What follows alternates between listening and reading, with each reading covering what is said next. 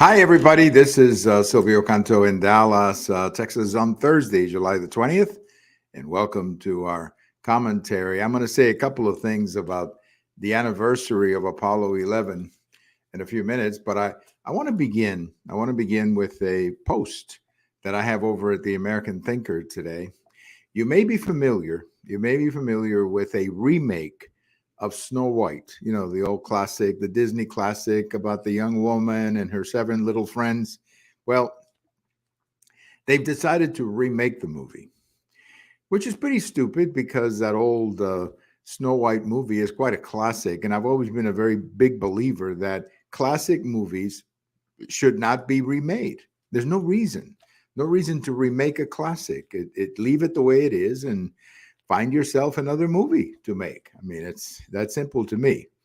I remember a few years ago when they took the Lone Ranger, you know, the television series of the Lone Ranger, and they made it into a movie. And I never liked the movie because you get used to the images of the classic, you know, the two men who were in the Lone Ranger, and you get used to that. You get used to their faces, you get used to their expressions, and then they put a brand new movie out with a new face, a new guy, and it just doesn't do anything for you. Well, it didn't do anything for me when they did the Lone Ranger. Other things they've done too, where they taken a classic and they decided to remake it. I don't like that. Leave the classics alone.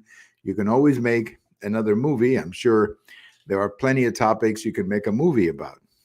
Well, they decided to redo Snow White. And of course, being a Disney production, they decided to go woke.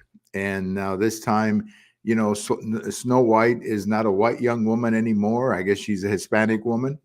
And her seven little friends are not the same harmless, lovable friends that she had in the original classic. And that's Disney. I mean, that's why they're having problems because they're making movies that a lot of people don't want to watch. And it really sort of makes you wonder, you know, what is the objective of all of this? I mean, why would you take a classic like Snow White and try to remake it into some kind of a woke movie? I don't get it. And I guess a lot of people are not getting it either because there's no great calling out there for a new version of Snow White. So, look, leave these classics alone.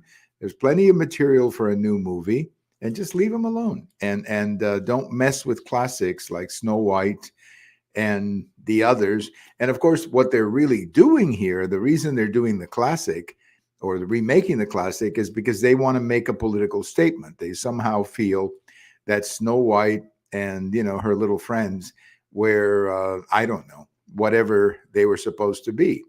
And, you know, they want to change it and they want to make it more current. They want to make it more relevant. They want to make it more inclusive. So they end up making a movie that nobody watches. That's what you get, Disney, for trying to redo and trying to remake the classics that made you the studio that you are right now. I don't know. I don't know what to say other than just leave the classics alone and make new movies. That's what they should be doing. Well, I have a post coming out Friday morning about what's happening in New York City. You know, New York City was always the sanctuary city. That was the city that was going around boasting about the fact that they were a sanctuary city. The problem is they've run out of room, but more specifically, they've run out of money. So the mayor of New York City is now telling people to stay away, go somewhere else, because we just don't have any more room. What they really don't have is enough money right now. The problem is the state of New York, like you know many other places, is having a tax collection problem. In the state of New York, they just found out that tax revenues were down 20%. Well, if tax revenues are down 20%, there's no way you can finance what you were financing the year before without making some significant cuts. And that's what the mayor of New York City is finding out. And he's getting a lot of resistance from some of the surrounding communities because they don't want the migrants. And the mayor of New York City now has to basically change the plan. And what they're doing is they're going around the country saying, hey, don't come to New York. We just don't have any more room for you. And again, this is interesting because these were the same Democrats who were blasting mayors in red states who did not want to have sanctuary cities. I know when we had a big debate here back in 2017 when Governor Abbott wanted to sign a bill outlawing sanctuary cities that many Democrats were calling that racist and not inclusive and all of that. I'm anxious to know what they're going to call this new development out of New York City, to actually have the mayor come out and print leaflets telling people, hey, stay away. We don't have any more. We don't have any more room for you. I mean, it's funny on one hand, but I think it just shows you the hypocrisy of so many of Democrats. They had no problem criticizing sanctuary cities when they were talking about Texas and other places. But now that they got to deal with it, now that they have to pay the bill, all of a sudden, sanctuary cities have become a problem, whether it's New York or whatever it may be. And it's, of course, the mayor of New York is calling on the federal government to help him. He's calling on the Biden administration to help him, but they can't do anything. There's no way they're going to send any money to New York City to deal with this problem. They're going to have to fix it themselves. And that, of course, has become a very serious challenge for the mayor of New York City. But, you know, this is what happens. You asked for this. You called on people to move to your state. And now that they've accepted your offer, now you don't want them to come because you don't have any more money or any more room in your city. Fascinating, to say the least. Fascinating. You know, they had these whistleblowers yesterday on television before the House. And look, I'm not an expert in the Hunter Biden story. I did find the two whistleblowers to be very credible. And, you know, when two people of that seriousness are willing to go in front of the House and speak under oath, knowing that they could be charged with perjury if they lie, when two people are willing to do something like that, especially at that level of a whistleblower, I think you got to take them seriously. But the Democrats on the committee were so disrespectful, and you knew right away that these whistleblowers were hitting their targets. You knew that right away when the Democrats on the committee started talking about Trump, and they started talking about George Floyd, and they started talking about the police. You knew immediately when they changed the subject and went in those directions that these whistleblowers were hitting their targets, and hitting their targets quite effectively. I thought they were very credible. I'm not jumping to any conclusion except to say that I think what they said needs to be investigated and looked at.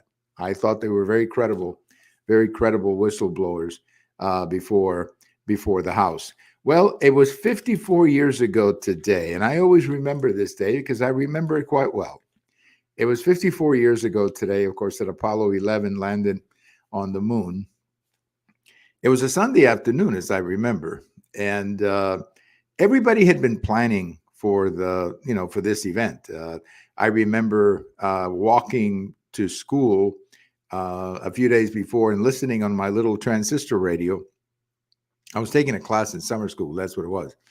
And I remember listening on my little transistor radio when Apollo 11 took off for the moon. And I remember the commentator on ABC radio saying, well, there they are on their way to the moon, Apollo 11. So for about 2 or 3 days, everybody was anticipating this and everybody was kind of getting up for it. And in the afternoon, it finally came. I guess it was about 4 o'clock in the afternoon or so, as I remember, just going from memory, that Apollo 11 landed on the moon. And then later, 2 or 3 hours later, maybe less than that, Neil Armstrong came out. And then shortly after that, Buzz Aldrin came out, and both of them were on the surface of the moon. I think that's when they planted the American flag, if I remember correctly. And they were up there. It was an amazing thing. I was watching this with my parents. Now, you got to understand, my parents, who were born in Cuba, my father was born in 1926. My mother was born in 1929. So they were born at a time when the idea of sending a man to the moon was like something out of a comics book. I mean, this was for them something completely unbelievable. I remember my parents were telling each other about the comic books they used to read and the comics books they sold at the stores in Cuba. And they were just sitting there completely amazed with what they were watching. And so was I, frankly, because, you know, even though I was born in the space age, I was still pretty astonished that two men were walking on the moon. And then, of course, for those of you who remember that night, President Nixon went on TV. He spoke to Aldrin and to Armstrong. He spoke to the nation. He saluted them, congratulated the two men. And there was another guy in the mission that we didn't hear about, and that's Michael Collins. He was the third guy in the mission, but he didn't come down. He stayed around, going around the moon for 2 or 3 days, and then eventually they connected with each other when Apollo 11 took off from the moon to go back to Earth. I just think this is one of those days that I will always remember. And every anniversary of Apollo 11, I'm probably going to tell you the same story because it was such an amazing day. It was an amazing day to be alive. And, I don't know if we're going to be talking about Obama or Trump 100 years from now or 200 years from now. Who knows? I mean, who knows what we're going to be talking about? But I guarantee you that we're going to be talking about Apollo 11 100 years from now. And when they celebrate the 100th anniversary of Apollo 11, what would be 2069, I'm pretty sure they're going to be talking about this day and looking back at these three men, Armstrong, Aldrin, and Collins, and remembering them as three great pioneers of space. So I was there. I saw it on TV. I was astonished to see it on TV. It was a completely amazing afternoon or evening for anybody who was fortunate enough, as I was, to be alive that day and to participate.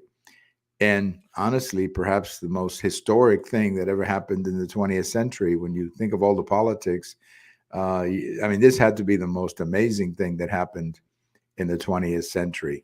Thank you for listening. Have a wonderful day. This is Silvio Canto in Dallas.